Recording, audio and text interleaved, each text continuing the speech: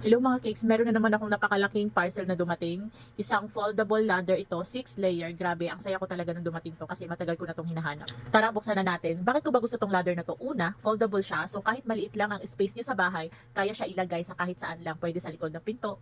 Pangalawa, 6 layers siya, which means mataas ang abot niya. Perfect talaga kung may kukunin ka sa taas. Katulad ko, sobrang problema ko dati kasi hindi ko abot yung mga bagay sa taas. Ngayon, solve na. Tapos, sturdy siya at stable. Hindi siya gumagalaw kapag umaakyat ka.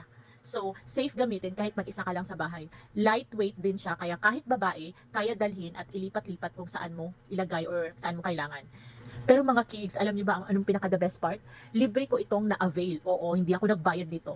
It's free. So kung gusto niyo malaman paano ko na ito na-avail as free, i-comment niyo lang sa baba paano or free at sasagutin ko kayo one by one. Sobrang worth it talaga kaya sinong gusto mag-try din. Sana na-enjoy niyo itong video at huwag kalimutang i-comment down below para malaman niyo rin paano makukuha ng libreng ladder na to. See you sa susunod na video mga kids!